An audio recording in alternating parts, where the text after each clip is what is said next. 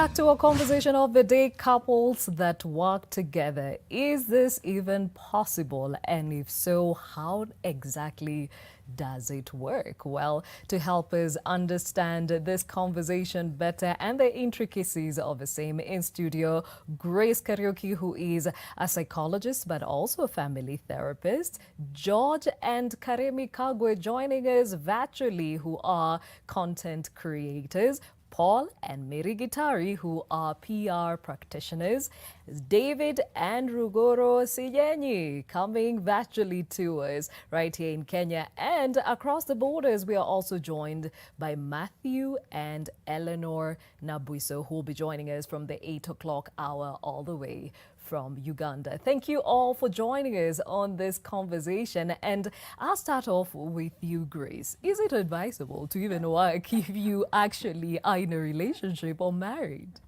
Well, I'm glad to be here, first of all. Good morning. It's wonderful to be here. The quick answer to that is no. And why we say no is because you do need to be able to answer a few questions. Number one, you will need to have rules and roles, and you will need to understand how do you do this. Because if you don't, then you can imagine how that would look like if at the office we are at loggerhead, and then I'm not able to get it over, and we go home and there is no peace. And so couples who decide they are going to work together, they would have to have a very high level of skills to deal with people. How do you manage conflict? How do you communicate clearly? Because a lot of us have not really honed the skill of communicating directly and clearly. We tend to do a lot of passive aggressive communication. And so you would have to be really good at understanding yourself and understanding your partner, and also to understand that the dynamics of personality clashes and temperament clashes. Because if you're not very careful, you begin to make certain assumptions and conclusions about your partner, and you begin to create a picture in your head of who they are, their intentions, and their motivations. So it's something that you should not go into without really thinking through it. So in short, we're saying it's not really for everyone, right? No, it's not for everyone. Yeah. And if you want to do it, and there are couples who have very high levels of emotional intelligence, who have gone through the drama stage of it. And they have come out stronger, and they have built great businesses together, and their relationships and their children, and they have done it greatly. Yeah.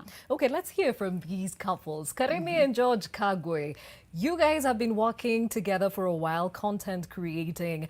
How did you decide to go, or when did you decide to go this way?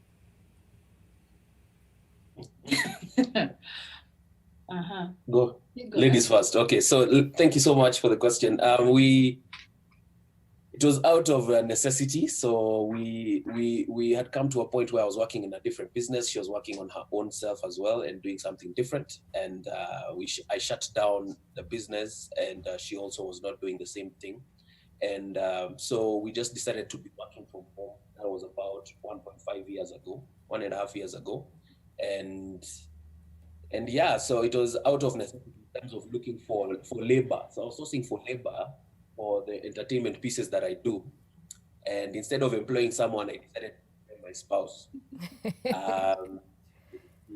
She didn't have any much say in it. The resources were right there at the house. So what do? You can't say no. So she started now being my camera person, started becoming the second character. And yeah, so that's how it started. Long story short. Okay. Now, Karemi or Rere, as they call you, you're sitting next to George thinking, okay, fine, I didn't have a choice, but here we are. How was the starting process?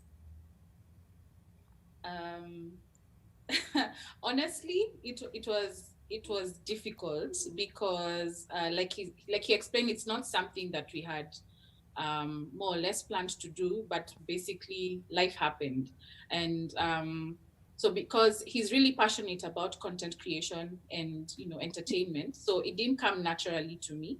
It took a while for me to get into the hang of things, and honestly, I got more excited about it when I started seeing the returns. Yeah. Uh-huh. So so when that happened, that now gave me the motivation to keep doing it with him, and to even learn more about, you know, content creation and how to make it better and how to take it further. So yes, eventually the team now started running smoothly, but honestly, in the beginning it was a bit rough. Okay, and you say the team started working smoothly. There are some pieces where I've seen you've even included your daughter. Yes, yes. Yeah, definitely. Yeah, like I said, everybody in the household is a resource. Every item and every human being that is in the household becomes a resource, as long as they find themselves that they love doing it and they want to do it. So I'm not saying here that I forced and coerced people and I was like, usipofanya hivi utatoka kwa hii nyumba. So it wasn't that kind of No. agreement, but it was a thing of, you know, if you love doing it and you see the sense in it and you see the vision behind it, then it's a great thing to do. So including our daughter, so she has my personality and temperament. So she loves being in front of the camera. And so we decided just to include her as well. So the more the merrier, and it gives us more ideas to be able to execute as well. Aha, let's bring in Paul and Mary Gitari. You have been PR practitioners for some years now. How long has it been, and why did you choose this path together? Well, we've been running the business for maybe 10 years now. And we started out with our friends, so we didn't necessarily pick each other to run in the business together. So it was a bigger agency that was offering 360 services, from advertising to media buying to now PR. So that's how it began, really. Yeah, and then I was working somewhere else in an agency, and I wasn't too happy, and they were getting a bit busier, so she asked me to join her, and she was like, just come, we'll find something for you to do. And I joined, I think 11 years ago, and I'm still there. Yeah. Okay, so how has that been experience working together? For me, it's been really good, because it's like having a friend that you can trust, like this employee that is never going to run away from you. And I actually remember he came into the business when we were having our children, our twins. So it was important to have somebody solid who could make the same sort of decisions that you can make for the good of the household and the business as well. So it allows me time to do the things that I need to do as a mom. And he also has a really good head on his shoulders, so the trust is there. Okay. Yeah, I think it was a very good opportunity to also join in and then kind of like keep on changing roles. So at a particular time, she was leading the business, then I took over because of the seasons of our life. And so it really worked out. It made sense to actually do that together. So every time we had something to say, this is what happened today, this is what I'm doing, this is how I think we should go. Aha, sounds very strategic. Okay, let's hear from David and Rogorosi. Jenny, you guys have also been at it for a while. What exactly are you into, and why did you decide to go into it together? I think I was very fascinated by what Rogoro used to do. She was an outdoor adventure practitioner, and I kind of enjoyed what she used to do. So whenever I had time, I would follow her to work.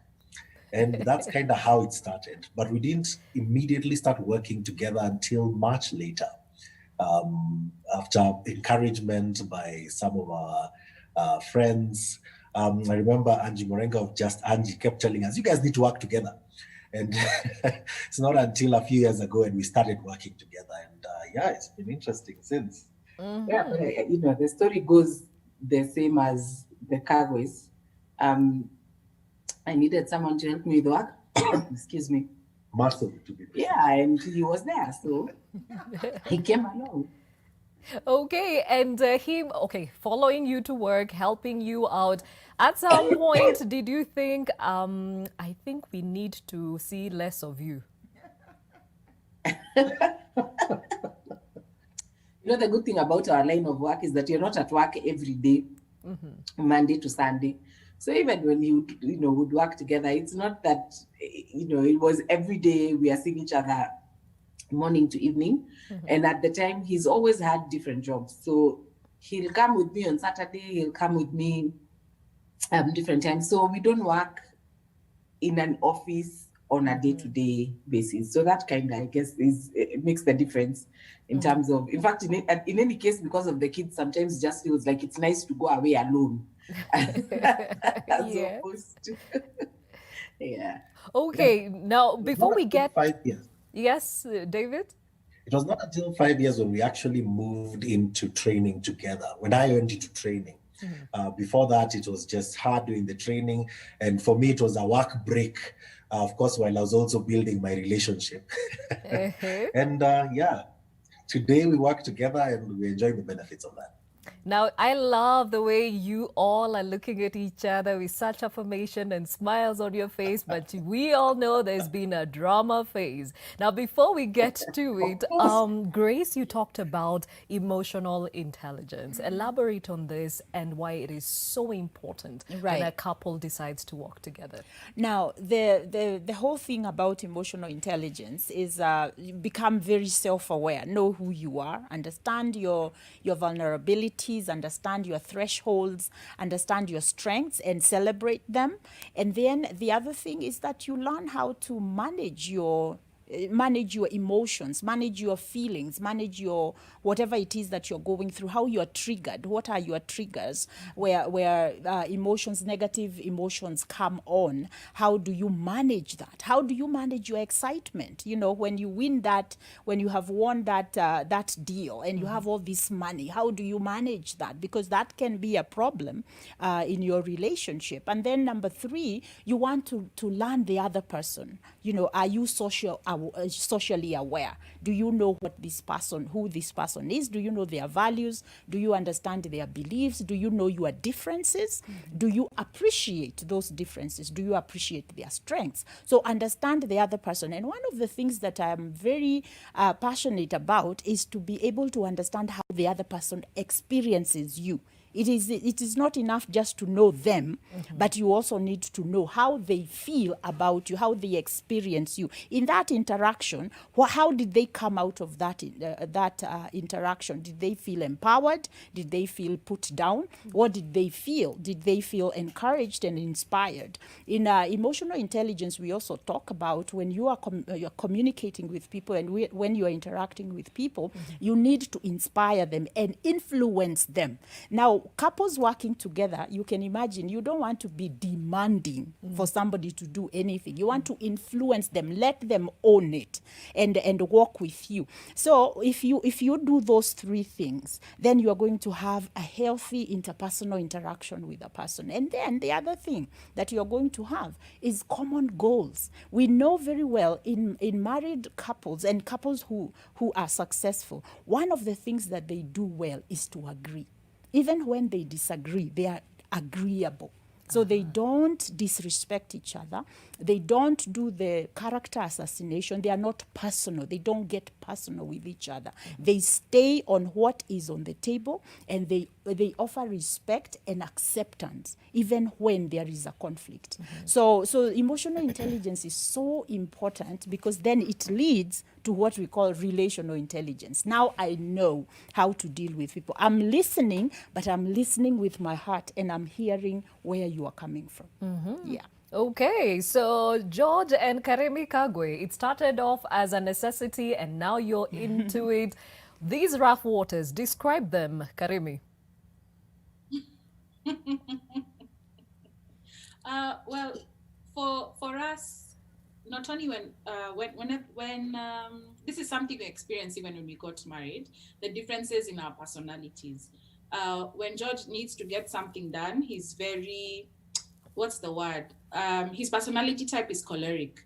So he's the kind of person who needs to get things done however they get done. And most times I would feel, my friend, I'm a person, you need to speak to me in a certain way for me to be able to understand what this task is, or be more patient or kinder. And yes, those are the rough patches we had to go through, and now we needed to start having those conversations that you may see it that way, but I need to be spoken to in a different way for me to be more effective, or for me to be more productive. So Okay. yeah, And seeing that that was a big challenge for me. and seeing that the idea was from George, did he ever give Yes. you room to give alternate ideas?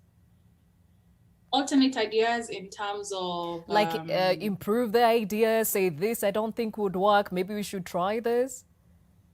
definitely. One of the things I like about him is he's very good at taking criticism. So I was able to give feedback, and yeah, so we were able to work well whenever I had a different idea or a different way of doing the content, or giving him even ideas of what he should say, and yeah, etc., etc. He's laughing. What? Because he has a different version. George, what's your version of these waters? My version is very simple. As a football team, when you go out, you're going out to win. And that's how I tackle everything in life. We are out to win, right? So my lovely wife here would, being probably a striker, wants the coach to go out and be like, oh, I'm so sorry, just score for us a goal today. And, Yes. Things will be quite nice after. You'll get a reward. Yeah. So, and my personality type, like you've heard, I'm akin to a commander in chief, where I'm like, guys, the mission, the vision here, what we're supposed to achieve. Let's go out and do it, and let's do it well. Let's leave everything on the pitch. Let's come back tired, and we will get rewarded afterwards, either in monetary value or a good lifestyle thereafter. So that for me has always been how I do and execute everything that I do. So but now working with my wife here, she's a melancholy kind of personality, so she has to be coached every day. Let's do it. Go out. You are the one. It's the tiger in you. And so sometimes it's I don't have the ability or the time or the patience for that. And so so there'll be conflict there. So sometimes I'll do double roles in one day, and she'll be fine with it. She'll be like, okay, you do, no problem. Okay, now I see Paul and Mary Gitari laughing because I think there might be a similarity in your own setup. Completely. I'm choleric. So, and my lovely wife here, my dear wife here, is phlegmatic.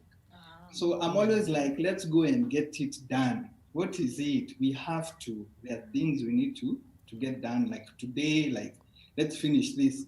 And her, she'll be like, okay, let's go get it done. But then she will start at 4 p.m., towards the end of the day. And I'm like, Madam, we had a whole day. Why are we doing this now? And I think earlier on in the business, it actually brought conflict because I wasn't patient. So I had to learn how to be patient. And exactly what Kago is saying, coaching, psyching her up, let's go do this, pushing her, making sure she's out of the door, into the car on time for the meetings. And for me, at that point in time, and this was a bit earlier in the business, so we had twin boys plus the business. So it sounded like we had triplets. Yeah. And so these triplets had to be managed all the time. But through it, though, she also saw what I was trying to do. So now we've learned a bit more. So I have understood her process. She's understood mine. Now at least we, when you form a team, we are at the norming stage. We have understood how everyone works. So then there's someone, and then there's somebody who's saying, okay, let me start. Okay, now for you, Mary, is the story the same or you have a different version? It always sounds so different when somebody else is saying it, Yeah.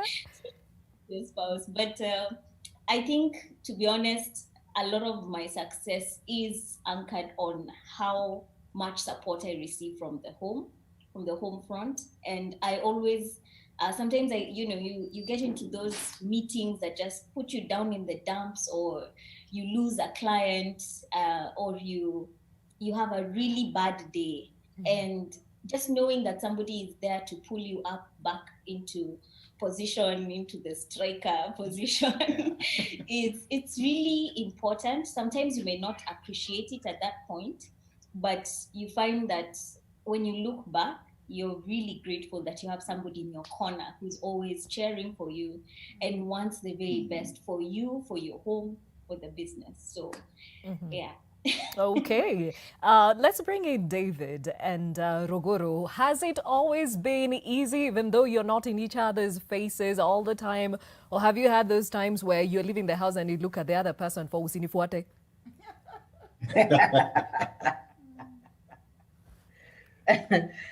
Well, it's not always been easy. It's not as bad as usinifuate, but I think for me it was that he came into my line of work, so I had to train him, and that was a bit odd. So other people, you can tell, this is what we talked about, this is what you need to do. What was that you were trying to say in that debrief session? With him, you have to be kinder, because you're still gonna go home together. So that for me was the challenge. Before before he could become an excellent team building trainer, I had to actually try and coach him through the entire thing, and that became a bit interesting at some point. Hey, Yeah, David. especially because especially because she's choleric sanguine, and I'm is it melancholy or phlegmatic sanguine? So I love people, but I'm more nice to people. And Harsh is like, we're getting this stuff done. And also my style of training is more bringing people closer. So I'm more the coaching type. Let's engage. Let's get the people to really understand what we are trying to do with them. And at some point, I had to actually just understand this is her space and allow her to do her and to do her own style the way she knows it. And I'll just also allow myself to learn and not just come from that point of I'm pushing, this is how I think we should do it, this is how I think we should go. So that had its own interesting times. But we kind of managed to flow through it. It didn't go fireworksy, but it was nice. Okay, we're talking about all these personality types. I think, Grace, it's important to break it down. What's a phlegmatic, a melancholic, a sanguine, and a choleric? Right, and that comes right. We've been in my social media. We've been really talking about the four temperaments, and it's been very, very invigorating to just hear people talk about how they deal with life from that aspect. And we have had several classes on Zoom just talking about who are you as a melancholic and who are you as a choleric. So this past Saturday we talked about the cholerics came on, and we were talking about them. And the choleric, they have two needs. The one need is to get the task done, and the other need is for them to get results. So they are not thinking about the melancholic, who is thinking about the intricacies of all that. How do you get their plans, and everything has to fall in place. So they will take more time. They are thinking through things. They are looking at all the mistakes and analyzing everything. While when you go to the phlegmatic is laid back. We'll get to it when we do. They will come up with plans, but they may not implement them. So they are late, they are procrastinating, and they don't have the urgency to do it. And then you have the sanguine. The sanguine is very social. They love the fun. They will forget the task and really spend time talking to people and being very happy. So you can imagine if you are, and I love these couples that we have on here. They are very self-aware. They already know their themselves. They know their partners, and they have found ways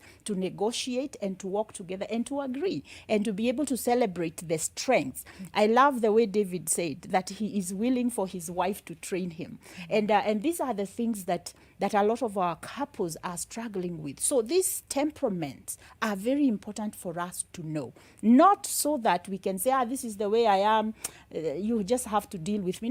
No. So that we can grow. We can be able to put why do I act this way? Why is it that when my spouse talks to me, I feel these things that rise up to me? Then I know it's because the tone of voice he uses usually makes me feel a certain way. And so I'm not hearing him. I'm only hearing what I'm experiencing from him. And then I need to be able to communicate that. He won't read my mind. She won't be able to read my mind. So instead of going into the passive aggressive area where I'm down, I'm not talking to you, they can tell something is wrong, I come out and say, hey, it's because of what you said earlier, the way, the tone of voice that you used. That is what caused me to feel down, and I wish that you would speak to me in a better way. So when we are talking about temperaments and personalities, it's so important. It's the core of relationships, healthy relationships. Understand yourself, understand the other person, appreciate one another, and then learn the skills of negotiating, social skills, life skills, how to communicate, those kinds of things. Now, guys, let's talk about taking criticism or not. Now, this is where it gets a little bit rougher. Karemi and George, how do we handle this in your relationship? Now, the good thing with, I think I'll start by saying the good thing with working together is, as a couple, is it keeps your marriage in check and your friendship in check. So the number one thing is we have to be friends first. And, I can't be a good friend if I can't take criticism, or if I can't give it. So that's an agreement we've had to have, both of us. Of course, in the beginning stages, it's very hard to hear from your spouse that, hey, you're very hard, or you just like results, you're not looking at the intricacies of everything that we're doing, or you didn't execute that very well. And I'm like, what? I'm the professional here. So, so it's very hard to listen to that. But then again, it's good to have in mind that this person is in your team, is on your side, and wants the very best to come out of you. And so I've had to be able to just ensure that, for my side, it's hard to take criticism because I'm a sanguine, I'm a choleric, I'm going, I'm on high speed. Yeah. Then someone will just come and put a barricade, stop now, listen to what I'm saying, change this, change that. But I've had to just take it in because, she wants the very best to come out of it. And most times she's proven right because her ideas are the ones that flourish and mine tank. So, as a wise person, you have to really come in and listen carefully. Okay, and Karemi, there are those moments where you are advised that when he refuses to listen, let him make the mistake, but be there to support him when he turns around. How are those moments for you? Those are not the best moments. You have to. I usually have to have a meeting with myself and think about the reasons why he wants to do whatever it is he wants to do, and also pray for him. But thankfully, in the content creation experiences we've had, I haven't had situations like that where I feel like he's doing something he should not. So I used to see that a lot when he was running the business, the one that closed the year before. But I think those lessons taught him to be wiser now. So I'm thankful for that. He's been making very wise decisions when it comes to content creation. So that one I'm thankful for. But yes, like you said, sometimes it's wise to just sit back and watch the whole process happen, because everyone is also, learning and is on a journey of growth. But yeah, it's not easy. It's not easy to watch. But yes. Okay, Mary, you are the phlegmatic in the relationship. Those moments where you have to let Paul make the mistakes in silence, how do they look like for you? They're very difficult because, being a wife and a woman, like, let me just say being a woman, sometimes you can see, you have a gut instinct that tells you that something is not going to work out. And the man cannot see what you're saying, and sometimes you don't have all the words to explain it that it's not gonna work. So you find there's lots of drinking water, breathing. Biting your tongue. all the skills that Daktari is talking about, So you find that you want to go back. It's also good to have someone to talk to. I find that at least in our organization, we have different age groups. So there's an older woman that I end up going to talk to, who is like a mentor to me, but we work together. So I can pull back and say, hey, what is going on? So having an outlet is very important as you're watching, because you need to process all the feelings, all the emotions, so that you don't, first of all, make a premature outburst. You wait for the time for you to be able to communicate your feelings in a way that is clear and is result oriented. So it doesn't help when you're just outbursting for the sake of doing it. Yeah. Okay, and Paul, are you receptive to some of this, ideas she comes with or advice? Sometimes I am. There are times I have agreed and said, okay, I think I hear what you're saying, let's try it your way. The other times I've just gone with what I'm thinking, and not all the time has it worked out. Sometimes I come back and say, okay, we have that out of my system. We're done with it. We're never doing that again. Okay, let's come back. You are right, but I didn't listen. I went and did it. And she is like, okay, now that you've done it, you've learned a way not to do it. We can't do that again. So at least you've gone down that road, you've closed that gate, you've seen that road is not leading you anywhere. Come back, let's think about it. What do we need to do? And I like that part, though. Now, over time, I've learned, if you take the advice, sometimes there's a lot of value, because she's also not coming from a bad place. She's not saying don't do it because she just doesn't want you to shine. She's saying don't do it because I don't think it's going to work. And here are the reasons. Okay, and David, you're the one dealing with a wife who is a choleric and she's a woman. How does that work for you? Let me tell you, Gladys, this is for drama. First of all, of course, she, when Grace was talking about the tone, yes. I was the guy on the receiving end of the tone.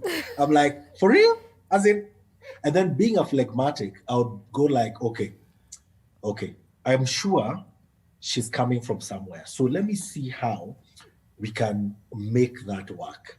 So I found myself swallowing a lot, like Mary is saying. I found myself swallowing a lot. And then by the time it would come out, it would not be nice. And I would realize it was not nice. But yeah, so there was a lot of times of just swallowing and taking in, and even just the things of just thinking, why would she even say that? Does she even understand I'm a person? But anyway, so I don't know what her perspective is. Okay, Rogoro, you're the wife, submission, respect to the husband, but you seem to have the stronger personality. How does that work for you? I think when we are at work, there's no time to start being nice and we talked about what the client is there. We're getting the job done.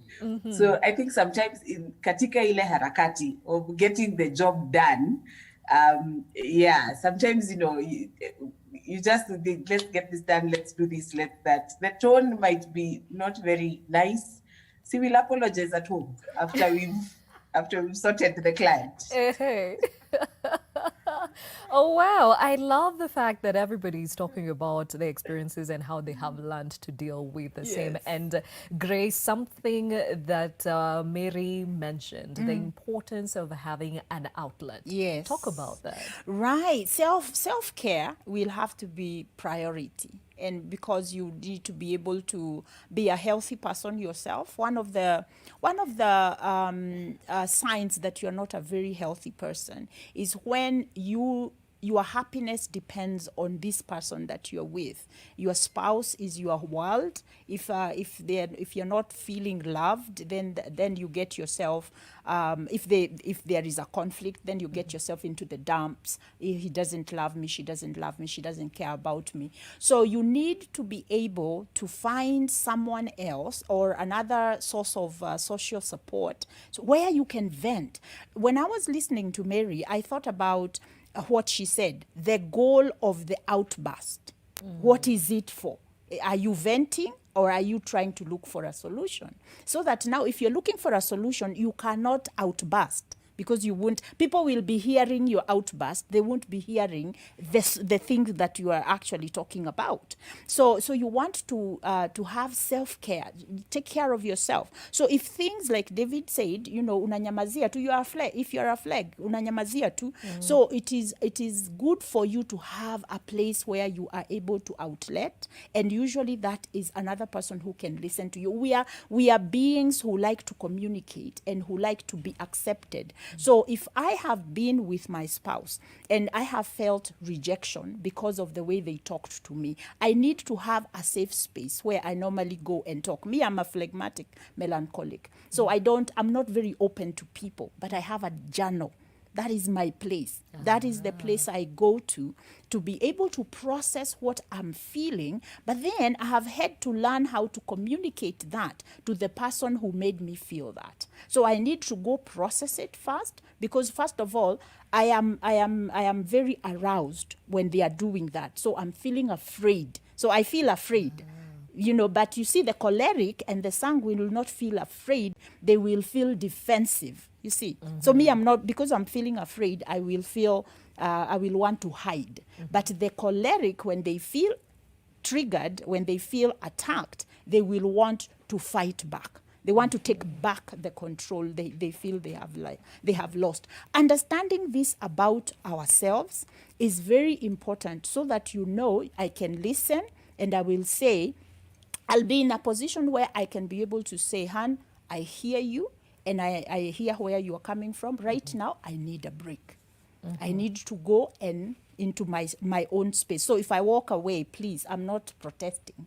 So communication becomes so important that you are able to find ways to tell your partner why you are walking away, so that you just don't walk away. And they also begin to think the choleric will come after you.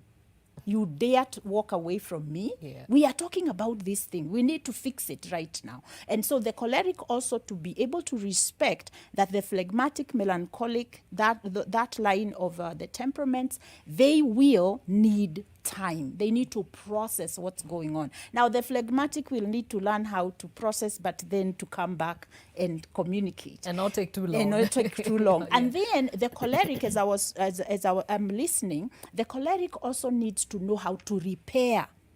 So you need to be able, after work, you need to be able, at least maybe once a week, the two of you need to sit down and do repairing of the relationship. This is what we have accomplished this week. So the choleric is yay. And the melancholic phlegmatic is thinking, oh my goodness, and my heart is broken. So we need to kind of sit down and say, hey, what went good, what didn't go. And then there is a time now to talk about the emotions, the feelings, and the choleric needs to give that time to the phlegmatic melancholic. Yeah. Okay, now guys, I'd like to understand, how do you separate family issues and work issues? For you, Karemi and George, the home is also the office most times. So how do you separate these two things? That's a very good question. Especially now, because we've been working from home because of the kind of work we do. We don't necessarily need an office, or we don't necessarily need to go anywhere to do the content. We've just found that everything has sort of, I think it is just, there's been a flow, because we know we usually have like meetings, official meetings, where we plan out the week and decide this is what we need to do and this is how we need to do it. So when I need to be a mom, I'm going to be a mom. When I need to be a wife, I'm going to be a wife. When we are shooting, we are shooting. So it's because we have set up structures in terms of there's a time for everything in the household. So yeah, that's how we've managed to separate everything. Yeah. Okay. So there's I mean, because we do lots of things, there's had to be a way we create structure, just like in a corporate environment where you have to create structure. We have been forced to really come in and create structure where we do the entertainment business. We have another business, a family business that we run where we do integrated digital services. So we also have to create structure because every single day there are things and tasks to accomplish. Even in the home, we have to create structure. I remember when I started and we started working from home, there was a moment and a period because of shutting down the business where finances were not that good. So we had to now tell our living domestic manager, just to leave. And so that meant now my lovely wife sat me down and is like, now we have to separate the tasks and the chores in the house. So those are things that we also had to do as well. And so we've structured everything. We know what time we have to do, if it's homeschooling as well for our daughter, what time we have to do that until we're able to bring someone in to do that. And so structure has had to be accomplished where we separate all things and everything. So when we wake up, probably you do homely domestic issues, marriage issues and the home issues. Then at a certain time, we have to check in and do meetings, execute on work. Different business meetings, have to go do errands and runs. So we've been able to create that structure, and thus far it has worked. Of course, at times there is conflict because now you know how melancholics are. They don't feel like sometimes, and you have to accommodate that. I'm tired. But or they're tired, so you have to again come in and coach them and give them the boost. Okay. Yeah. All right. Now, a quick one. You mentioned about finances. Now, how do you separate these two? When one tap dries out, how do you now say, okay, fine, this is for us, but we can spare some for the other side? Yeah, so maybe I can touch on that. We've had to diversify, how revenues come in, and that's why we probably have the family business, this entertainment side as well. And then within even this entertainment side, we've had to diversify how income comes in through different channels. But the most important thing is she's privy to that. So again, keeps our marriage in check. So I'm not there keeping a secret account with a stash somewhere, and she's also not doing the same with a secret stash somewhere. So we all know which tap is about to run dry, or which one we need to also add and plumb it in. So what we do now is we are able to come and consolidate all finances at the end of the month and say, okay, this is what we expect to come in. What do we need to plan for? First of all, for the home, yes, but also for the business. What do we need to invest in? Do we need to buy more gear? Do we need to, invest in something different, get into another line of business and stuff like that? So that's what we are able to do now within our marriage and within our business. So I'm kind of good in that, but my wife is better. Yes. Well in. Paul and Mary, how do you handle the finances and separate work and marriage? Thank you. Gladys, this one is a hard one for us because I think finances has been really tight. When you run a business, people always think that you're doing very well. And sometimes that perception makes it very hard even for you to ask for help. And therefore, because they think if your business, if you have 5 clients, each of them is paying you, they do the math for you. And the hardest part has been accepting that we have to separate what is in the business and what goes to the home. So we earn a salary and we are the last ones to be paid by the business. So we have had to be realistic about what we can have in the home and the fact that we must invest in the business so that it continues to run and to take care of us. So we've always had a very long-term view and thought 20 years from now, we're putting in our most productive years into this business so that it can actually work for us. So while other people are investing in a lot of land and in a lot of shares and all those things, I like what George is saying, diversification, but for us, we've had to see these as our seed years, our planting years, so that later on, 10 years from now, we can be able to have that sort of income that our business is is giving us that will help us in the future. So understanding that has been really important. And there are some things the business does do for us, but those are designated. And we also have an accountant who helps us to do the mathematics and say, guys, we're not going to be able to pay this amount. So we actually receive one income. I would like to say that from the business. We don't each of us take a chunk from the business and say, yeah, this is for our lifestyle and for our home. Sometimes it's very hurtful because you've made money, but you have to pay out a lot more to keep the business running, and you have very little for the home. So those are the dynamics that make it difficult. Yeah. Now, for you, Paul, even as you're planning all this and you know how the money is coming in, coming out, and there is that one thing you've wanted that month and mama is saying no. How do you take that? How do you handle that? I think it's, so we've had an agreement, so that then how do we fit it into the budget so that it makes sense? And she's laughing because she knows there are those golf things I want and I've put them over there, but they're always at the bottom of the budget. Pesa ikipatikana tutaongeza hii. And then you can't all do it at the same time, because sometimes you need to also, if you look forward and say, okay, what do we see coming in the next 6 months, next 12 months? How have we planned for it? Can we then wait a bit so that then we are able to continue living, because the situation changes? And this year is a very good example. March, COVID happened, everything changed. But there are certain decisions we had made last year that then, in light of this, made a lot of sense. And so we were able to then say, you see all these things that we didn't do, and they're here rolling in our budget because of the fact that we think our income will be impacted. Let's keep them at the bottom. As and when something comes up or we receive more money or we're able to diversify a few other sources of revenue, we will add it. And so having those discussions in advance, being able to say, this is what I want, but I can wait. Let me see when I can actually get it. Okay. And I think just to point out to another question you'd asked, how do we separate family and business? Yeah. I think for me, one of the things we discovered is we used to live in Limuru, so we had a very long commute.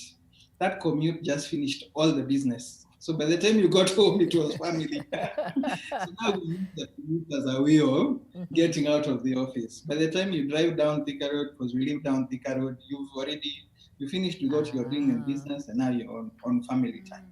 Okay, being intentional about it. Okay, we're about to take a short break on Your World. When we come back, we'll hear from Ruguru and Sijenyu in as far as how they handle finances and separate the marriage and business factor. But I hear you're talking to us, even as we asked you that question of the day, would you consider working with your partner? Could be your wife, husband, girlfriend, or boyfriend. And a lot of you are reacting to this. If we can have them up. Silas Osano says, yes, I would, but I'd have to build trust first. Yes, we were told this is so important.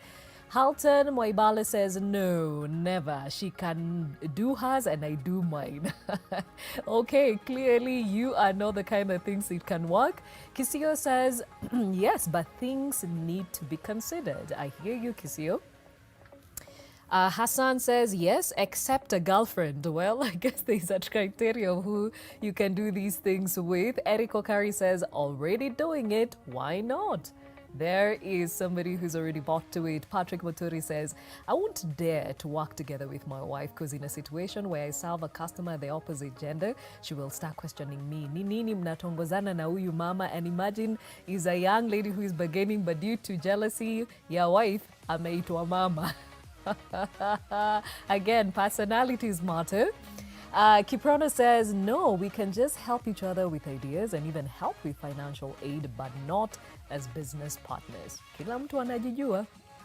Jack says, no, I tried it and it was a disaster. Let everyone run his or her own business. Jack, we hear you. Stanley Nawata says, olisikia wapi? Can't try, won't try.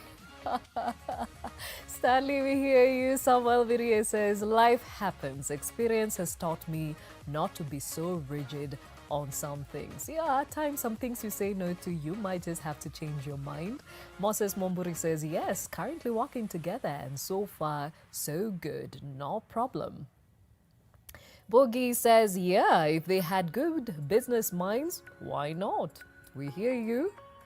Ndirito Kariuki says, unfortunately, I have neither a business nor a partner. My friend, tembea kama wewe. Tall Keva says, unless it's a family business, otherwise, no. Interesting perspective, Kevo. Now, last one here from Steve, who says, absolutely no, it's stressing, I tell you. I have been there. Well, those are your experiences. Keep talking to us. Would you consider getting into business or work together with your partner? And remember that hashtag is new normal. We'll be right back.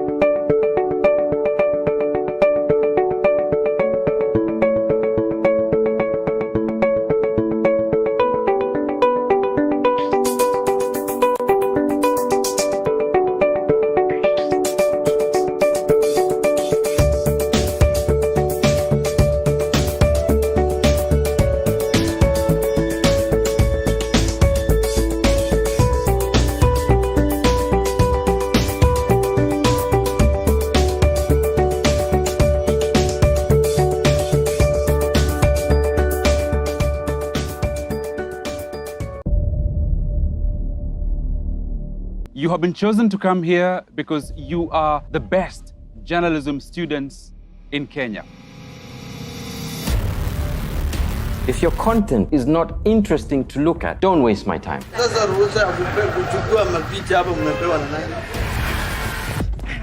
You submitted your work late. Why? Each and everything that we used had problem. No excuses in the newsroom. Just let it go because it's a teamwork, for heaven's sake. I think you should go home. What if you don't agree with what he said? Will you say, So keep that. Tumechoka, tumebit, tumezunguka. Ni noma.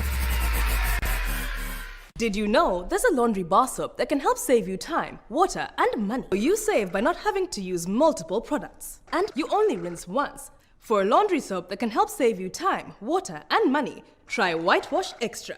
Brand power, helping you buy better.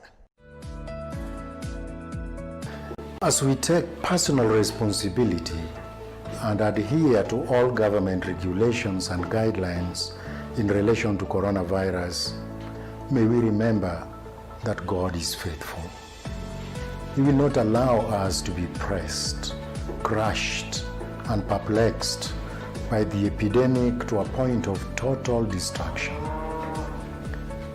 2 Corinthians chapter 4 verse 9 teaches us that we may be hard pressed on every side, but shall not be crushed. We can be persecuted, but shall not be abandoned. We can be struck down, but shall not be destroyed.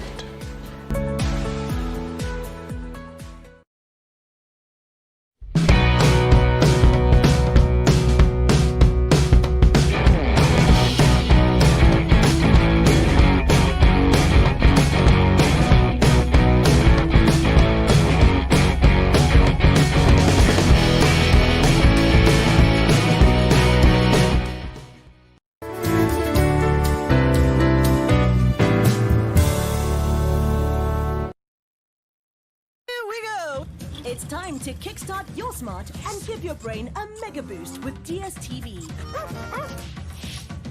There's oodles of mind-blowing channels for kids young all together now. To get your knowledge workout, get connected to DSTV.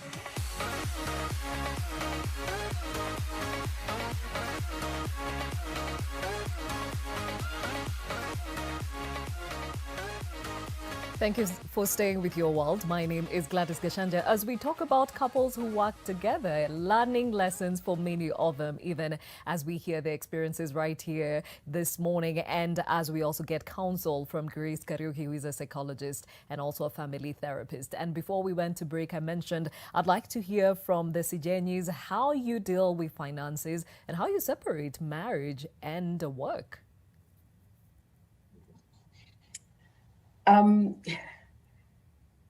For us, it has not been a too difficult a task to separate it, because the entire time that we have worked together, anyone who knows David Sijeni knows he does 7 things at the same time.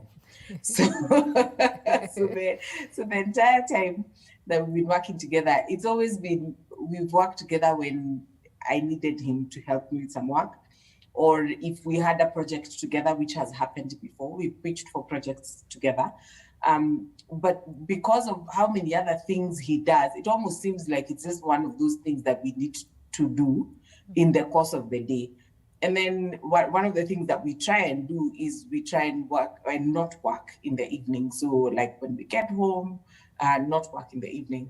But because, also I have tried over the years not to do as much as he's doing 7 things at the same time. That way, at least there's somebody in the home. when he's very busy with the 7 things, at least there's somebody in the home in terms of the kids and being able to handle the home. So we've managed to sort of just fix our life into whatever it is that we're doing. So even when we've had to do a day together, we'll go to the supermarket to shop for the house, then go for a meeting after that. Then he'll drop me off and go for something else. And we kind of just mesh our day together into a day that works. So, yeah. Okay, Sijeni, let's talk about finances. This one gets really tricky. And I had asked Paul earlier, you could really want somebody or something and you have a strong personality for a wife. How does that work out for you? So in terms of finances, we've our first few years were and have been very difficult. In fact, if I was to say of the 12 or so years we've been married, most of those years have been in some kind of financial difficulty. Of course, being in business, most of the time being in business or some sort of business, finances go up, finances go down, finances go up and down. And of course, there's been disagreements and arguments about how we should manage the finances at different times. But we've always found a balance that no matter what's happening, we have to make it work. And I think that has then kept us moving forward smoothly, even in very difficult times. I feel we are now entering a space, and I was telling someone yesterday, COVID-19 has kind of been a blessing in disguise, that we are now entering a space where we've had to rethink the way we do business. After years of working separately and doing projects, one-off projects together, 2-3 years ago, we started working together consistently. And last year, when we put our minds together, we plugged into this project that was probably one of the best grossing projects in the time that we've ever worked together. So managing the finances has been rough. I think I've taken most of the leadership in the managing of the finances, but we are now in a space where we are saying, okay, maybe we need additional help from outside externally to then be able to just get these finances right. Again, because as more money comes in, if you don't have any proper systems around managing that, then you can be assured you'll be landing in some of those problems you're saying. Mzee ameenda, he's found someone else, and Madame is doing her own thing. Everyone is doing their own thing with their own money, and stuff is just getting rough. I hear you. And Grace, I think this is so crucial to talk about. Right. How do you manage finances? First in a marriage, and now these two people are working together. Right. How do you go about it? Now, the blessing that we have with this informational age is that there is a lot of research on how to do relationships now. Now, I didn't know until in the recent years that there is something called money personalities. And so people as they are going, as we are getting to know ourselves, who we are as personality-wise, temperament-wise, we also need to understand, who am I when it comes to money? Is money for me a freedom, or is it a security? Am I a spender, or am I a hoarder? Am I the amasa, the one who, gets all of it and wants to keep it somewhere? Or am I the person who gets and gives? I believe that I'm not supposed to be well off. I get it. It pays my bills, but then the rest of it I give away. So if you can imagine, if you have a partner who has a different money personality from yours, you're going to clash, and you are not understanding why you are clashing. And so it's important for each couple to be able, first of all, personally know who you are when it comes to money, what money means to you, and then for your spouse, what their money personality is. And then this is the place where you need to get a professional to sit with you guys and train you how to do money, because I have a master's degree. I don't know how to do money. So I need an accountant. I need a financial person who understands that. And that's why I'm saying we are living in the age of information. We should not be struggling. So we need to call a financial person and say, hey, we are struggling here. Could you help us? Because money is very emotional. It's an issue of power and control. And so if we are not careful, we are going to be having power struggles. There will be issues of inequity. So where I'm feeling like we are partners, we are directors in this business together, but I'm feeling that there is no equity between us. And that's why I like what they have said, that we have a salary, that we sit down and we have structures, even with the money. How do we do this money? Because if we don't do that, we are going to clash a lot. But it's not because we are not good people or good business people. It's because we don't have the skills, the structures to be able to do that. So call in a professional and help them help you structure your money, starting with that understanding of yourself. Who am I as a money person? How do I see it? And then the other thing that we need to also understand, as we are listening to these couples, there is something that is running through them, and that is communication. They are very good communicators, and they are not afraid to be vulnerable to one another. They are not also afraid to accept that this is yes, I know this is my weakness. I understand it, and I allow you to influence me so that together we can move forward. And also to understand yourself. When you feel like I was talking about self-care, be very aware of what you're feeling so that you can deal with it. And you can deal with that through stress management, psychological stress management, journaling, going for yoga, doing your morning routine. Have a you time where you de-stress, where you declutter, so that now when you show up in the business, in your relationship, you're showing up the healthy you. You're not showing up carrying all this stuff from yesterday and the day before. When your spouse is already here, you are showing up like it was yesterday, and your spouse is here, you are going to clash. So it is important to do that. So with the money issue, I want to also encourage couples to do the budgeting and to understand. Now, we say that people ask, should we have joint accounts? Those are kind of mundane discussions about money, but they are very important. So I usually say you can go one of three ways. You can have separate monies. You communicate, my pay slip or whatever money we have. So the financial intimacy where I am vulnerable to you about what money I have, that you can go that way, but you manage your money separately, which means that you have different roles to play. These are the bills you pay, and these are the bills you pay. We never ask each other, where did your money go? And then we have agreed how we are going to build, whatever investments that we need to do. What is our future, our financial future? So we have joint financial goals, but then we we are separate when it comes to who pays what. Then you have the couple who like to do everything together. So those are the couples who will want to have joint accounts. So they have one, when your salary comes, it's, you know, whatever they do. But then they also have to structure that. So who manages the money? Who is the good person? Not good, but who is better with money. with money? And we agree. Then we also need to think about the third one. Now it goes off my mind, but I think we get the idea. Figure out what works for you, and also be very careful about what you have been socialized and conditioned to think, so that you undo that and build your own culture as a couple. Very well said. Now, Paul and Mary, I need to let you go, but before I do, in this pandemic, what are the things you've learned about each other and probably will have made you better for it going forward?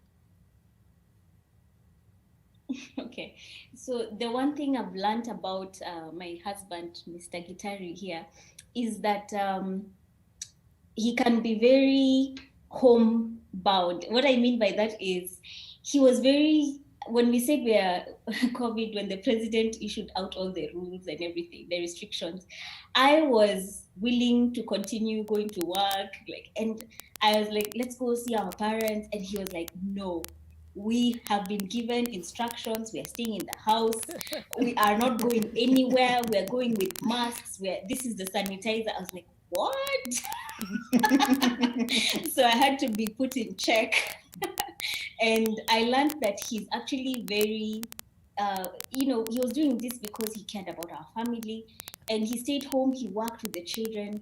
He was the one doing homeschooling. I was like, pulling my hair. My children are playing with cats as they are learning in school. I was like, no way, I cannot do this. So I used to be the one who's running away out of the house, looking for excuses to leave. But he was very grounded and he was willing to stay the course. Yeah. Okay, and you, Paul? I think I've also discovered, first of all, I didn't ever think I could work from home. COVID has taught me other things. It's very possible. I think the second thing is just to also look at how our schedule works. Sometimes we're restricted to an 8 to 5, but my lovely wife here works very well in the deep of the night. So she'll start working at 10 p.m. until 3 in the morning. And I think just looking at that schedule and giving her that time, COVID has been an eye-opener, because now she gets a lot more done, and she will be, in the morning, she'll take it slowly, and then she will now start looking at work a bit later on in the day.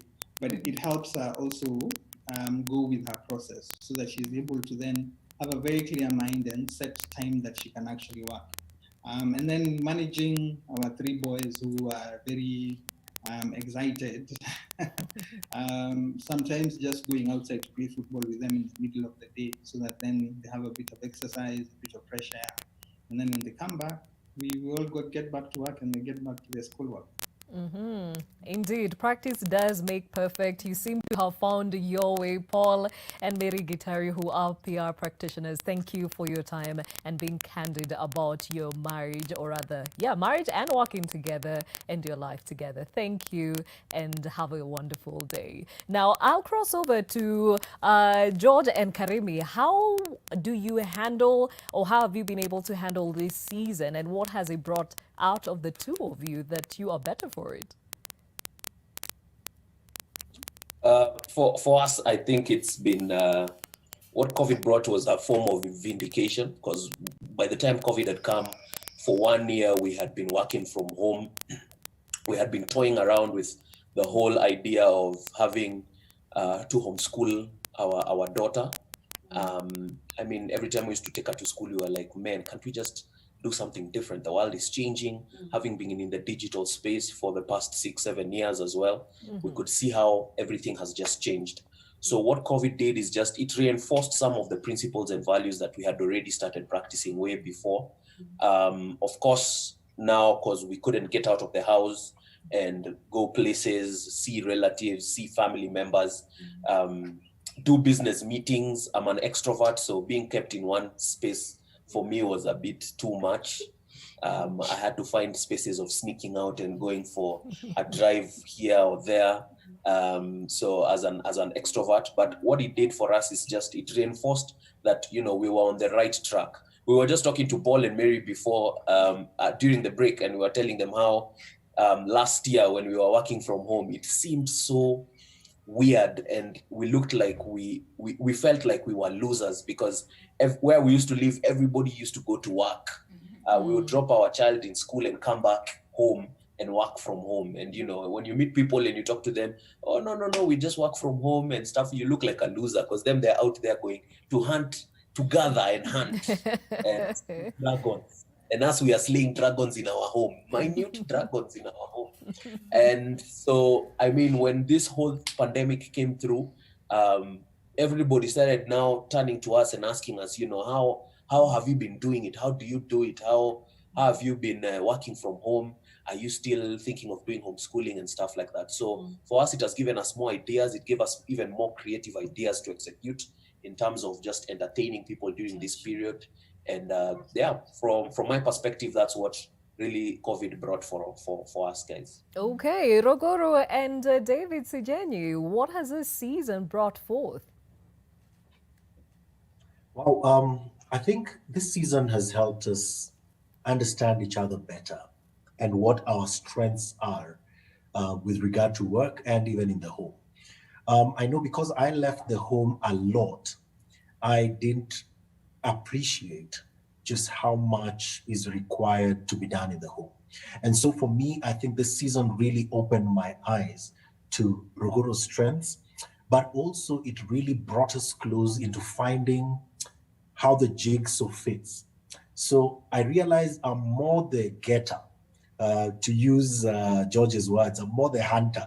Let's go out there, find the biashara. But she then gets the work done. And this has been really a helpful time in helping us grow in that space. So I'll go find the work. She'll just keep in the structures, more like the managing, the running, ensuring everyone is doing what they should be doing. And I've really grown to appreciate that in this season. I don't know what that has been. Rogoro? I think what he said is exactly true. I've also appreciated just how many meetings he has in a day. Like when COVID started, and I'm not even kidding, when COVID started, he would be in meetings from 6 a.m. to 10 p.m. in the office. At some point, the kids are like, he's around, but he's not, like he's home, but he's not home. Of course, as it has, we've now found a balance so that there's a little more time out of the office, out of the office, quote unquote. But like the Cowboys, I stopped working from an office about 4 years ago. And so, people are just, you felt like when you go to a meeting and people ask you, where is your office? And you say, well, I run a home office. Like you're a briefcase kind of person. Now, who's laughing now? Yeah, I hear you guys. I hear you. And Grace, what I love about the experiences I'm hearing is that in this moment of crisis, these couples have actually found a silver lining in themselves. Talk about crisis management in relationships. Oh yeah, this is one of the things that that we need to really equip our couples to deal with. A lot of times we get into crisis and we get stuck.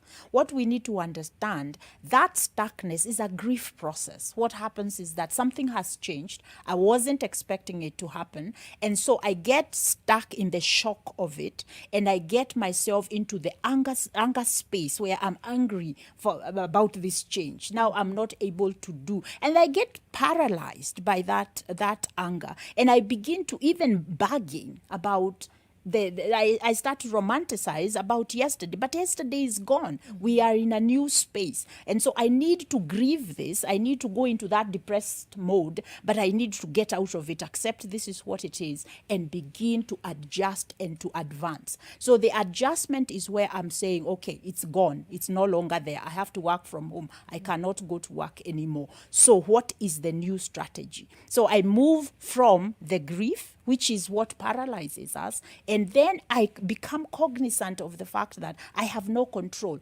A lot of us, Gladys, is that as human beings, we want to have control. We want to know that things are going to be okay. It's all right. However, we do also have the capability to bounce back. So go through the grief, but bounce back quickly. Remember that the first thing you go through when you are in a crisis mode, you go through a process of grief. And the process of grief is not complete until you learn how to adjust to the new normal. So accept it the way it is. Let's not fight with Corona. Corona is here to stay. I remember the other day, about a month ago, I was talking to somebody, tutaonana Corona, and she told me, Grace, are you still thinking that Corona is going away? So she said, we better adjust and figure out how we are going to get together so that we can be able to continue with life. We need to continue. So strategize now, accept the new normal, and start to strategize about what you need. So you need to ask yourself, what resources do I need in order to deal with this crisis? Do I need to talk to somebody to process it through? Am I too emotional that my brain is not able to move from the crisis mode into action plans and what needs to be happening, problem solving and decision making? Because that's what happens when the brain is flooded with the feelings of negativity, the feelings of fear, the feelings of anxiety. Then what happens? We are not able to create, and we are not able to manage what is right here before us.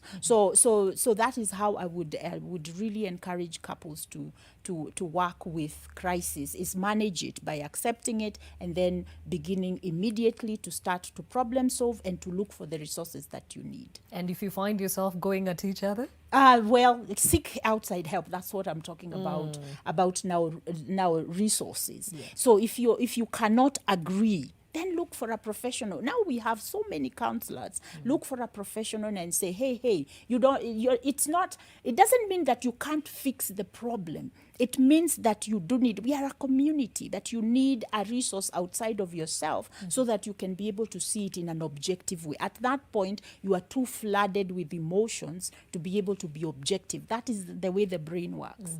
And if you can't push your brain to go to the space of objectivity, it's time to call another person to come and help you guys. And you know what? It doesn't take long. You know why couples are going into divorce? It's because they waited too long to deal with things that they could have dealt with in the beginning. Yeah. Very well said. Yeah. As we understand couples who work together. We take another short break on Your World. We'll be back.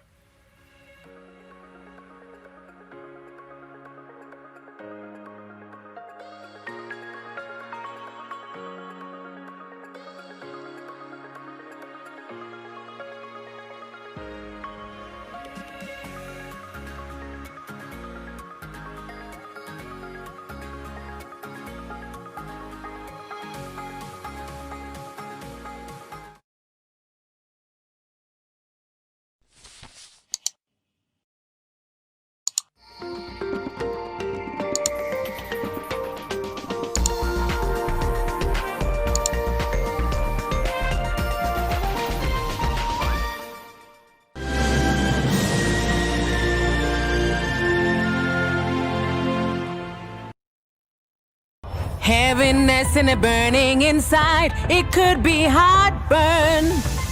Indigestion and heartburn? Eno gets to work in 6 seconds and works on the 6 symptoms of heartburn so you can keep living life non-stop.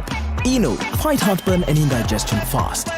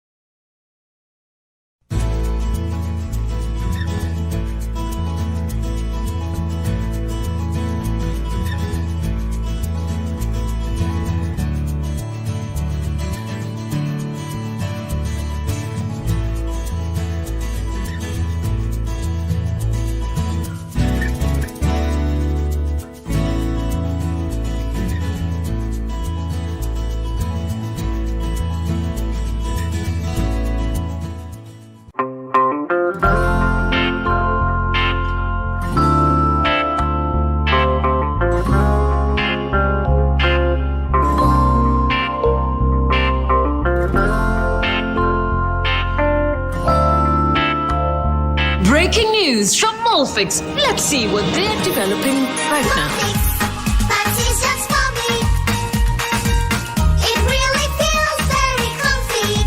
Molfix pants with anatomic fit technology. New Molfix pants, an invention from babies for babies. You should also try Molfix. Jack Tulliver is no ordinary thief. Captain Jack Tulliver, disgraced Delta Force Commando. Very good. He's got one last score. I sure hope you have big pockets. To leave the game for good. We're about to be $20 million richer. He's assembled the perfect team. This place is slunking up, baby. For the ultimate heist. Nothing could possibly go wrong. Let's go. But in 7 seconds, We'll be hit. everything did. 7 seconds. Vina vegetable oil stays liquid to the last drop, so it's smooth cooking from start to finish. Now with an easy-to-pour cap. Mapishi poa, madishi poa. Along came Lo. It looks like Luciana is sticking her nose into things please, that are none of her Grashella, business. this isn't the right time. He was always after me, and everything was just going great. Until Marta got in the way, just as she did with your father. If there's anything that concerns my children, you have to tell me about it. Do you understand? Excuse me for interfering, but if Luciana didn't... But still, she doesn't have any right to keep from me anything that has to do with my children. Yes, but... I don't even want to think about how much trouble she's in. Luciana, the fact that I can't be with you doesn't mean that I can just forget everything I feel for you. Are you all right, Madam Lillian? Is anything wrong? It's nothing you can fix. Nobody has the cure for love problems. Along Came Love, in association with Blue Band Peanut Butter.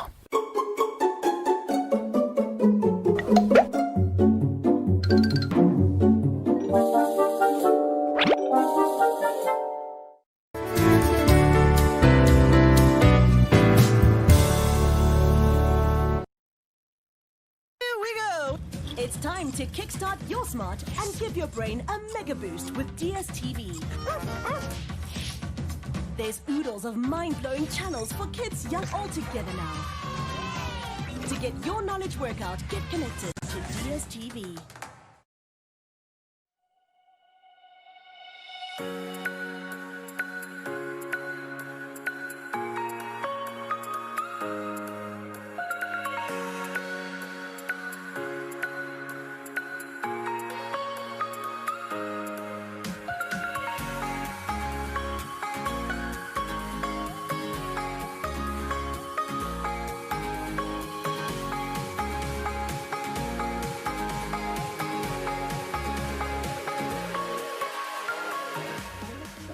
It is your world. My name is Gladys Gashanja, as we understand couples that work together and the intricacies of the same. And we now introduce a couple joining us all the way from Uganda. That is Matthew and Elena Nabuiso. Thank you for joining us. I know you're not in the same space, but you are married. At least that one is certified and proven.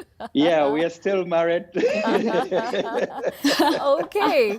All right. I'll start It's just off. my day off today. I see. Thank you for making time either way. Now, I'll start off with you, Matthew. Married and Yes. in the creative industry, you guys are actors and actresses, right? Yes, we are. Okay, so how has this pandemic season been for you, considering the constraints that have come with the season? I think to me or to us as a couple and as a film production house, maybe just to give you more introduction, besides us being actors and actresses, we run a film production house called Nabuiso Films, which we both co-own. So for us, this pandemic has been more of a blessing than a problem, because we have actually had a lot more business come in during this pandemic than even before. Because as filmmakers, we not only stop at just making feature films or series, but we also do a lot of documentary work. We do a lot of television ads. So when it comes to, and we do work a lot with NGOs and the health sector. So during this pandemic, we've actually had a lot more work to do for these people in the health sector. Okay, and that's a silver lining for you. Now, on a usual, how do you separate the fact that you're married and there is also the business angle of things? I think what we have learned is to be professional. When we are at work, I mean, we are at work. And if I am director, because what we do as a production house, the way we started off is I started off as a producer and she is the creative director. So everybody does their roles in their space. I know we used to have a bit of a challenge in the beginning because I, as producer, would come on set and tell her, excuse me, Madam Director, I don't think I agree with those shows. I don't think I agree with that. And we would have like, we would struggle. No, let me, until she would go like, Matthew, can you let me direct? I'd be like, okay, all right, okay, you do your thing. And I think I kind of learned that, okay, when she is doing her job, I let her do hers.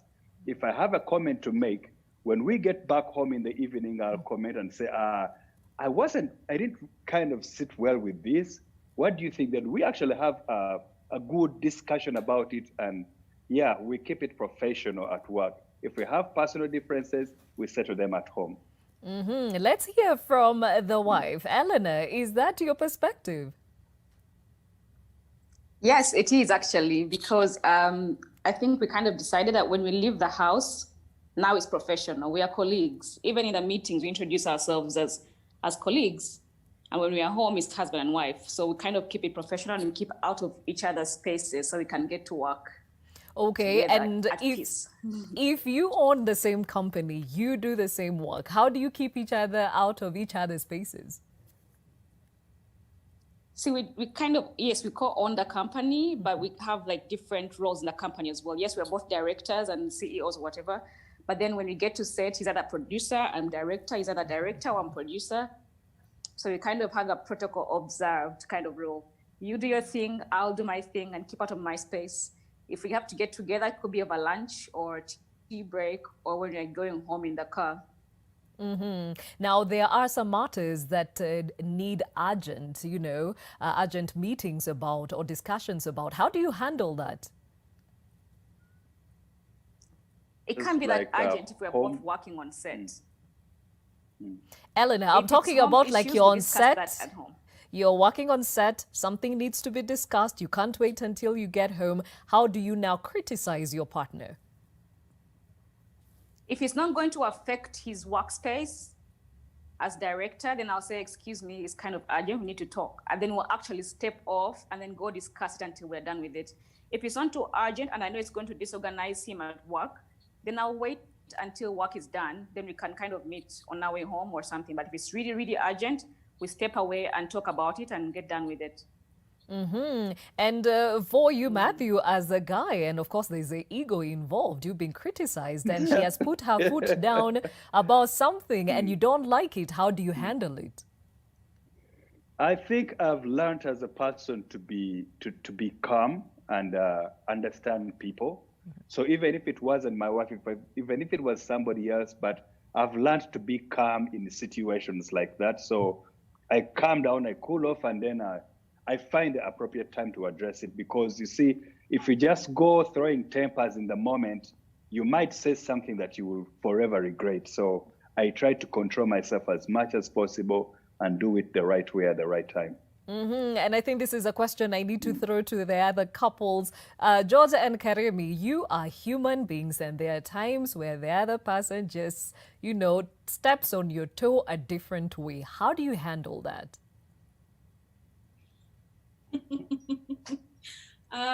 Well, like you said, we are human beings and sometimes something he says will rub me the wrong way. But whenever we're doing content together, I've learned to actually use that emotion and use it in like the video that we're doing. Like for example, the series that we've been doing for 1 year versus 7 years of marriage. Yes. There are times I'm really angry with him and using that emotion is an outlet because I use it as an outlet and it comes out in the video. And actually those are usually the best videos when I'm upset. But like the other couple have just said, we talk about it later because I've also learned that we need to get the work done. We need to finish the task. We can have the conversations afterwards.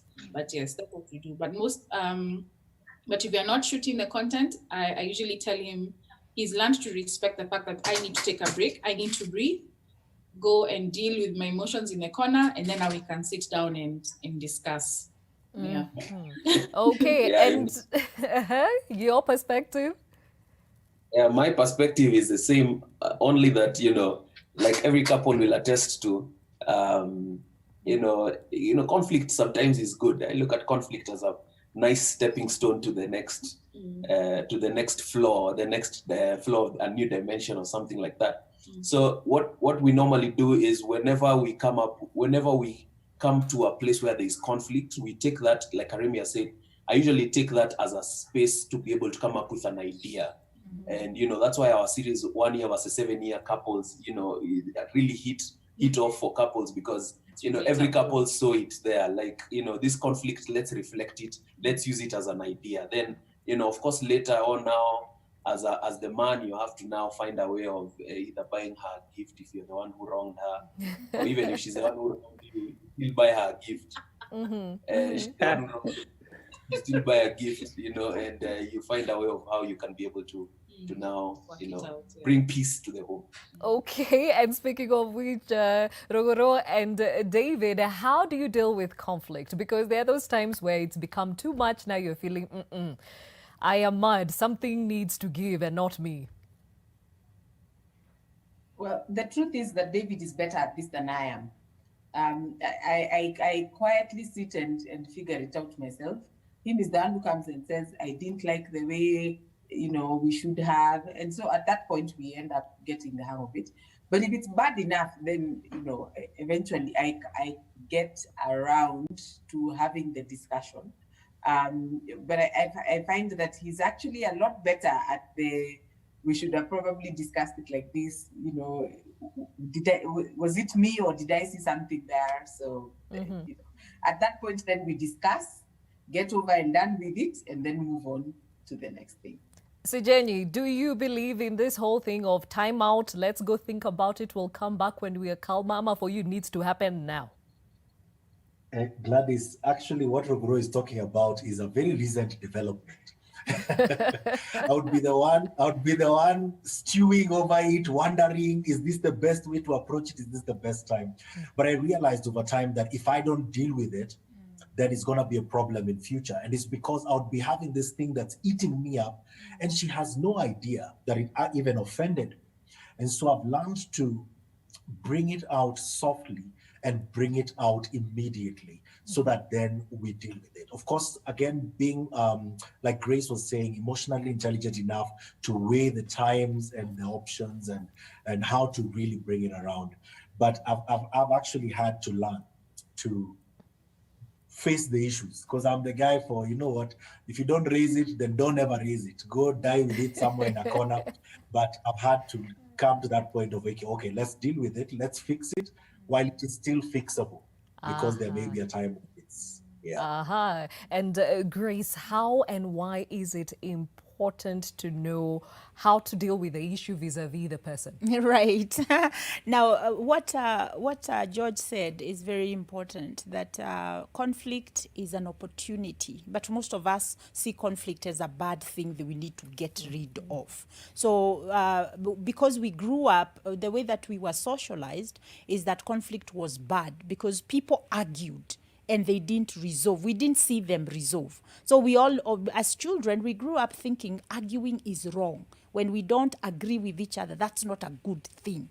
Fighting is bad. So we never saw how conflict can be an opportunity for growth, an opportunity for opening other doors we were not aware of. And so conflict management is very important, and that's why we say conflict is good and resolved conflict is what is bad. As David is talking about, stewing over things, overthinking. For melancholics and phlegmatics, we are really bad at that. So we do the whole thing in our head, and then we conclude this other person will not understand, so we keep it. We don't, because we are avoiders. We will avoid conflict. When it comes to the sanguine and the cholerics, they want to deal with it there and there. And once it's done, it's done. They don't remember it. You come back and they are thinking what? They are not remembering it. And then the sanguine is the person who doesn't go deep. They really just, glide over it. And so they will sort it out in their head and they will find something else to go to. So conflict management is very important for couples, especially if you're working in business, to learn how to stay in your adult space. Because when we have conflicts, we either go to the parent state where we are either pointing fingers at ourselves or at the other person, or we are going into the child's state where we are feeling helpless and vulnerable and victimized. And so we are whining and we are throwing temper tantrums and we are doing silent treatment. So we want to come to the adult. The adult answering of this situation is where we are objective and we are more rational about what's going on. That's why the time out is very good, but you can't have time out if you don't understand what's going on within you and you don't accept it. So it's very important for us to kind of understand that, and also realize that when we are so triggered, when we are aroused in that way, it's not the time to deal with it. Now, I will say this: if you are a melancholic flag and something is going on set, and your husband is saying, no, we can't deal with that right now, we have a job here to do, you need to also create a way of you upping the strength, that mental strength, emotional skin to deal with your emotions, so that you're not always carried away by, I feel it, I have to deal with it right now. You can learn how to rise above it, and so that you can focus on the task. Now, the choleric person who is saying task, emotions later, then they need, their obligation is after we have done the task, I need to be interested in what was going on then, and be able to say, hey, Han, come over here, take a break, tell me what was going on. And then we can repair as time is going on. And we will create that environment of safety, emotional safety, so I don't have to hide or run away from you or fight you all the time. Okay, back to a Ugandan couple. Matthew, when it comes to conflict, which are you? Which personality are you? I think, what can I say? I think it's not just about me alone anymore. I think I and my wife have agreed that we are in this marriage for life. So we have no other choice but to resolve our conflicts. And it's the same way we run our business. We know we are going to do this for life. So we have no room for, I am quitting. Whatever, the only choice we have is to resolve whatever is at the table, and we continue, and that's how we've been able to grow each day. Okay, Eleanor, I'm sure it hasn't always been roses. I mean, there were rough waters when you were starting off. How was that period for you when you decided to go at this business together? For me, it was more of a panic mode, honestly, because Matthew quit his day job and every wife would go like, what were you thinking? And I'm like, okay, I'm going to take this one day at a time. And he said, you know what? It's always been our dream. We've got so many fans out there who kept asking us, where can we find your work? Where can we find you guys now that the hostel is done? If any of you remember the hostel back then. And we're thinking, okay, we've been on set for over 300 episodes. We've learned how to direct, how to produce. We know all the nitty-gritties about production. So why don't we just do our own company? And as a wife, I remember saying, okay, if we're not working, both of us, and we haven't started earning as our own personal company, what are we going to do? How about the kids? I was panicking so much. And he's like, listen, God is in control. We'll do this together. And I said, okay, let's start. And each day that came by was harder and harder. And then things fell in place, because then we got so much business coming in. We had different angles on how to approach the business world in the film industry. And since then, we've never turned back. So we've kind of embraced the space as filmmakers together, and we're coping. Okay, Matthew, the finances of it. I mean, there are good days, there are bad days. Somebody would say going into it together as a couple is equivalent to putting all your eggs in one basket. Is this something that was a concern when you're starting off? And how do you avert this, or how have you set yourself up to avert if this ever happened? I think it was a concern, though I think it was more on my wife's side, because I think she was very, very concerned. But I am a man who has a lot of faith. And when I decided to do this, I said, I am crossing the bridge and I'm burning it behind me. So I either make it or I die in it. So there was no turning back. And I think that is what has enabled us to get the far we are. Now, Eleanor, listening to Matthew, we talked earlier on about having a difference in opinion, letting the guy do his thing, watching him fail, and still supporting him. Do you have those moments where you literally have to bite your tongue? Oh, yes. Oh, I would yes. have loved These to say moments that keep for coming her. in. Okay, and what have the experiences Honestly, there are been? times. There are times when you're home seated and you're very sure that we're just starting and I need to do so much. I need to do my hair, I need to do my nails, I have a girlfriend's party to go to. And at this moment, you're counting your income. And then he's like, oh, I didn't hit the goal today. I know we're just starting, but things will get better. And you're thinking, if I speak right now, I might say something very bad to my husband. So let me be supportive of this dream and just keep saying, honey, we'll make it through. But deep down, you're like, You promised me it was going to be okay. Look at us now. Matthew, what's your Yes. perspective? I could say our very first year, because we started our company in 2016, and I left my job in around October 2016. So the whole of 2017 was hard because we didn't have a single income. Yet we had house rent, we had children to feed, we had tuition to pay for, we had bills to pay for. It was a very, very hard year. And I remember many times my wife always told me, okay, why don't you first put this dream on a pause and go get another day job? And I said, I've been doing day jobs for years and they've never, look where we are. I have nothing to show for it. So I actually got to a point where I told her, you know what, my wife, let this be no point of discussion ever again. We are not discussing this ever again. We are done. Okay. One time I had to tell her that if you think this is not going to work, you may consider going to chill with mommy for a couple of months. Then when I'm settled, you'll come back. Yeah, but she didn't go. She didn't go to mommy. She stayed. She stayed, and yeah, guess what? It all worked out. Okay. Earlier we mentioned the importance of having a good support system, an outlet. Yeah. For you, Eleanor, those times where you were seeing things are not working out, he promised you it's not working out, did you go, plugging into those relationships to help you along? Not really. For some reason, we're more best friends before husband and wife. And that's honestly helped us through so much because we would kind of forget where we are and just keep talking to each other. Matthew is such a comforting person, an encouraging person.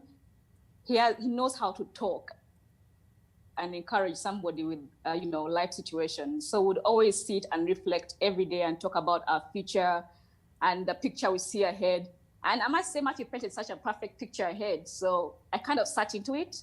And even up to now, we talk so much together. We encourage each other, talk about the future, our plans, our goals, our vision.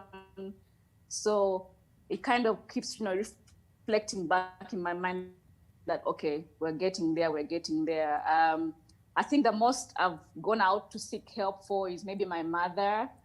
And it's only about maybe cooking tips because she's a better cook.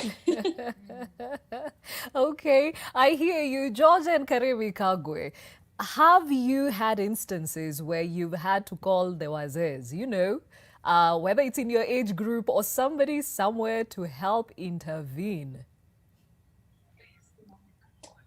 Well, I wouldn't say we have had such a moment per se, but we've had moments where we've really had to call the wazes within us to really talk about issues that have come out, any conflict that has really caused a huge strife and huge friction. If one I can remember, I think it was just when we had started doing a certain character, scholar, a lady character, and I remember I used to have so many ideas, and I used to always want to execute them in one go, and my wife here was going through a certain phase and a certain moment at that very particular point in time, and I just had to create a kind of like a date, a work date, where we went and I really just poured out my heart, and I really told her, I'm not happy with how we are working together.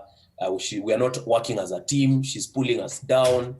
And I found it was different, because other times I used to just cause mayhem. You're not the one. You're not for this team. I'm the one for this team. I've been working together. It was a huge fight all the time. And so that's a moment that I saw that, I just had to create a different approach. I don't think we've ever had a moment where we've had to call the wazes and people to meet. Karemi, they say, show me your friends and I'll tell you who you are. And this rings true, especially for couples too. Do you have those that actually support you, or did you have many that asked you, what are you thinking? How can you be going to business together? No, thankfully, no. I mean, we've learned to keep the kind of friends who are like-minded, like us, who understand our journey and who understand the struggles and so we haven't had people who thought what we were doing was strange, at least not close to us. If there were, then maybe none of them have ever told us. So because it's very important to have sounding boards, or people who are like-minded and people who have who won't tell you to leave him. Just leave him. Kwani, go get somebody else with more money and things like that. We have people with the same values who will possibly even pray with us, or, try and help us to think through the emotions that I'm going through, things like that. So no, we haven't had, we have level-minded sounding boards. That's how I would respond. Speaking of sounding boards, Rogoro and Sijenyi, who is your sounding board, and has this played a huge role and a positive one at it in your life? Fortunately for us, we had a marriage enrichment group from when we first got married. So we've always been a part of that, and we meet once a month. We've met once a month for the last, I think, 8 or so years. And so that really helps to be able to have people, like-minded people who we can talk to. And in that group, we have everyone. We have couples that are both employed. We have couples that are both in business. We have couples that are one and one. So that really helps to also just share ideas and to just be able to support each other in the situation. Sijenyi, has it ever gotten to a point where things are thick, wazee waitwe? You remember I'm the internal thinker, eh? Yes. Deal with it, stew. And so there were many times when I found time to just talk to someone, and I wouldn't even tell them what it was I was asking about. I would just create a situation. I've always been the guy for painting scenario pictures. So I'd paint a scenario picture to someone, asking for a friend. And so between reading books and just learning from everything else that's happening around me, other people's stories, for example, watching a show like this, I would reach out to some friends, some people I respect, some men that I've seen run successful businesses, and I'm just here. So pick all these things and try and use what is useful. Again, sometimes when you're reaching out for support, not everything that comes your way is useful. Yeah. So pick what's useful and then use that to then move forward. But I'm finding a lot more value in what Elena and Matthew are saying about just drawing on the friendship, that in the long run, the final decision is going to bear on both of us. And we then need to come to the table and discuss it. And now Eleanor and Matthew, in retrospect, was getting married and working together a good idea in the first place for you guys? Getting I married must say it's been the was best a idea good ever. Okay, let's start off with the lady. All right. Oh, ladies first. Hi, Matthew. So for me, I feel like getting married and working together was the best idea ever because we find ourselves in the same space. We've learned to know, to know our times. We've given family the best time and all the time they need. So we both know when it's, Matthew to go to work and when I'm supposed to be with the kids, when it's me to go to work and Matthew to be with the kids, and when it's supposed to be the two of us together with the kids. We all have that time given to each other. And also just having time as Matthew and I as a couple. So we've I think working together has been the best solution ever because we never have to answer to time differences, to space differences, schedule differences. We know what each one is up to. We share finances, we share everything from the accounts to information that runs throughout the day. So we've kind of grown even more closer working together. Okay, Matthew? Yeah, I can only agree more. Being together, the more we are together, the more we are closer. We are each other's best friends. She's the person I ask for advice. I'm the person she asks for advice. We've kind of not left room for other people to tell us what to do. So it's all about ourselves. And I think it has helped our marriage and our business grow even closer because we're always together. And the good thing is that we are friends. We didn't get married just because we wanted to have a partner. We got married because we were friends. I felt like she could compliment me every other day. I'm much older than her, and she can always bring out the kid in me. And I think that is something that really complements us. And so we've not had a problem a single day being married and working together. It's beautiful, it's lovely. We just can't wait for our children to join the business. Personally, I think I was inspired a lot by the Asians.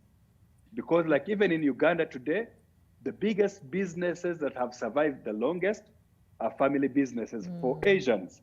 I think Ugandans have not believed in this much, but I've seen it work for the Asians, and I think I see it working for us already. I think many, many people need to copy a leaf and believe that working together as a couple, having a family business is a great idea and it's the future.